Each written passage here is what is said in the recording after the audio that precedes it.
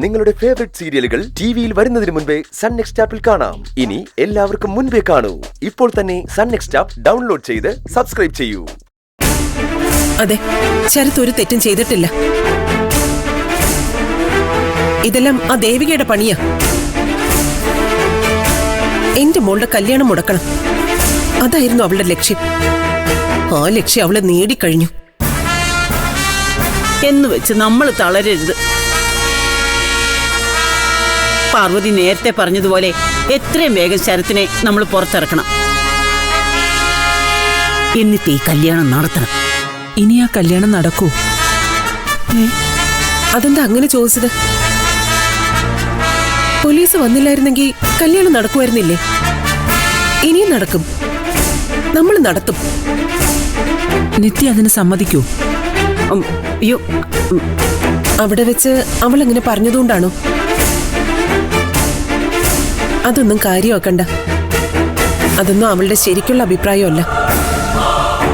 ഞങ്ങൾ എന്ത് പറഞ്ഞാലും അവളിത് സമ്മതിക്കും. അമ്മേ, ഞാൻ സ്റ്റേഷനിലേക്ക് ഇറങ്ങുക. ശരത്തിനെ ഇറക്കണ്ടേ? അല്ല പാർവതി, അതിനെ നീ തനിച്ചു പോയാൽ എങ്ങനെയാ? കഴിവുള്ള നല്ല വക്കീലിനെ കൊണ്ട് വേണം പോവാൻ. അമ്മേ, ചന്ദ്രയെ കൂടെ കൂട്ടാം. അവള് മതിയോ പാർവതി?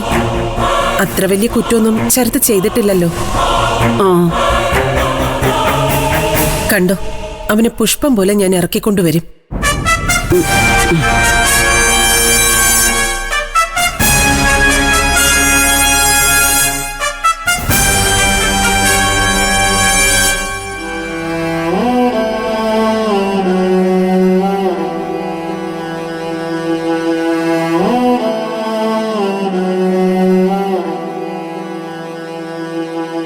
അച്ഛൻ പേടിക്കണ്ട, കല്യാണം നടന്നിട്ടില്ല. അതിനു മുൻപ് പോലീസ് വന്നു, ശരത്തിനെ കൊണ്ടുപോയി. എന്നെ രക്ഷിച്ചത് ഏട്ടത്തി അച്ഛാ. ഈ സഹായത്തിന് ഞാൻ എന്നും ഏട്ടത്തിയോട് കടപ്പെട്ടിരിക്കും. ഞാൻ എന്റെ കടമ ചെയ്തെന്നേ ഉള്ളൂ. എന്റെ സ്ഥാനത്ത് വേറെ ആരാണെങ്കിലും ഇതൊക്കെ തന്നെ ചെയ്യൂ. എന്റെ സ്വന്തം അമ്മ പോലും ആ ശരത്തിന്റെ കൂടെയാ നിന്നത്. ഏട്ടത്തി ഇല്ലായിരുന്നെങ്കിൽ ഇന്നെന്റെ കല്യാണം കഴിയുമായിരുന്നു. എല്ലാം ഇവിടെ വെച്ച് തീർന്നു എന്നൊന്നും ആരും വിചാരിക്കേണ്ട. പോലീസിന്റെ ഒപ്പം പോയ ശരത്തിനേക്കാൾ അപകടകാരിയായിരിക്കും പോലീസ് സ്റ്റേഷനിൽ നിന്ന് തിരിച്ചു വരുന്ന ശരത്ത്. ഇപ്പോഴത്തെ ശരത്തിനെ നേരിടാൻ എളുപ്പമാ. അതുപോലെ ആയിരിക്കില്ല ഇനി അങ്ങോട്ട്. നഷ്ടപ്പെടാൻ ഒന്നുമില്ലാത്ത ശരത്ത് കൂടുതൽ അപകടകാരിയായിട്ട് മാറും. അല്ല, കേസില് ശിക്ഷിക്കപ്പെടാനുള്ള സാധ്യത ഇല്ല എടുത്തി.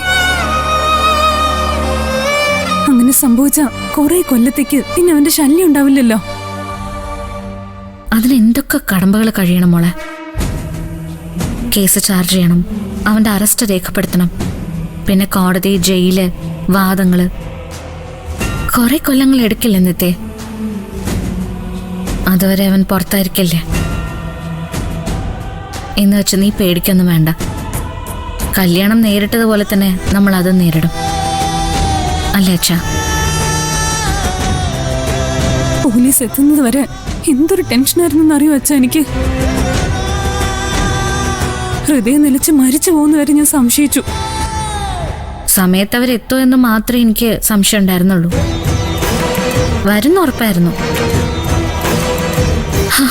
എന്തായാലും ഈശ്വരന്മാർ തുണച്ചു. എല്ലാം നമ്മൾ വിചാരിച്ച പോലെ തന്നെ നടന്നു. അച്ഛൻ്റെ പ്രാർത്ഥന, മരിച്ചുപോയ സുധിയേട്ടൻ്റെ അനുഗ്രഹം എല്ലാം സഹായിച്ചു. എങ്കിലും മുമ്പിൽ നിന്ന് നയിച്ചത് ഏട്ടത്തിയല്ലേ, അതുകൊണ്ട് ഏട്ടത്തിക്കാ ഒരു ബിഗ് സല്യൂട്ട് തരേണ്ടത്. അമ്മയുടെ സ്ഥാനത്ത് നിന്ന് എന്നെ രക്ഷപ്പെടുത്തിയത് അത് ഞാൻ മറക്കില്ല. നിനക്ക് നല്ലൊരു ജീവിതം ഉണ്ടാവണം മോളെ. എനിക്ക് സംഭവിച്ചതാ, നിനക്ക് സംഭവിക്കരുത്. അത്രേ ഉള്ളൂ എനിക്ക്.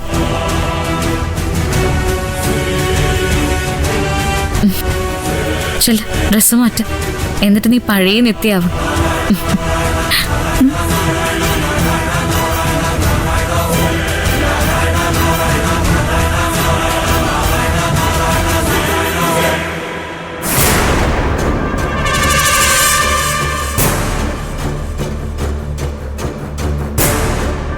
അമ്മേ ഞാൻ ഇറങ്ങട്ടെ. നീ നേരെ സ്റ്റേഷനിലേക്കല്ലേ പോകുന്നേ? അല്ല, ആദ്യം ചന്ദ്രയുടെ വീട്ടിലേക്ക് പോവും. ചന്ദ്രയും കൊണ്ടേ ഞാൻ സ്റ്റേഷനിലേക്ക് പോവും.